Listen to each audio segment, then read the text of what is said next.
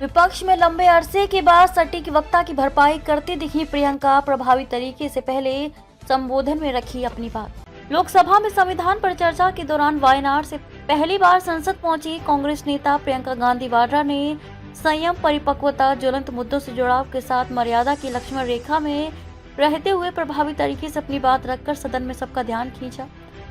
High voltage सियासी गर्मागर्मी के दौर में भी शब्दों की मर्यादा कायम रखी। एक लंबे अरसे के बाद कांग्रेस एक प्रखर वक्ता की कमी पूरी, मगर आम लोगों के मुद्दों, सवालों के साथ सत्ता को निरंकुश व्यवहार से जुड़े मसलों पर कटघरे में खड़ा करने में कोई हिचक भी नहीं दिखाई।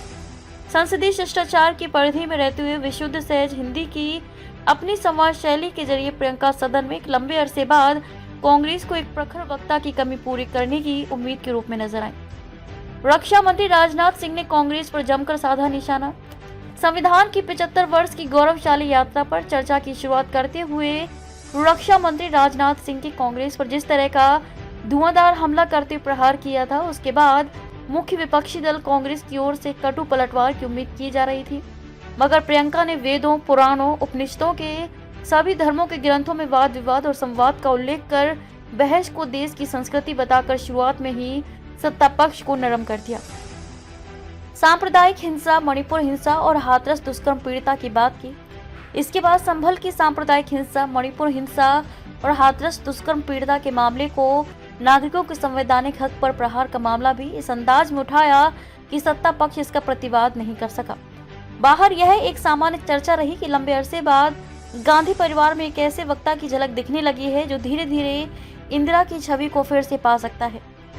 गौरतलब है कि सोनिया गांधी सामान्यतः चुप ही रहती थी और नेता प्रतिपक्ष राहुल गांधी के भाषणों में आक्रामकता इतनी ज्यादा होती है कि सदन की कार्यवाही पर असर दिखता है। विपक्षी बेंच की चौथी पंक्ति की अपनी सीट से पहला भाषण दे रही प्रियंका गांधी की ओर विपक्ष के तमाम नेताओं के साथ साथ सत्ता पक्ष की भी उत्सुकता भरी निगाहें लगी थी।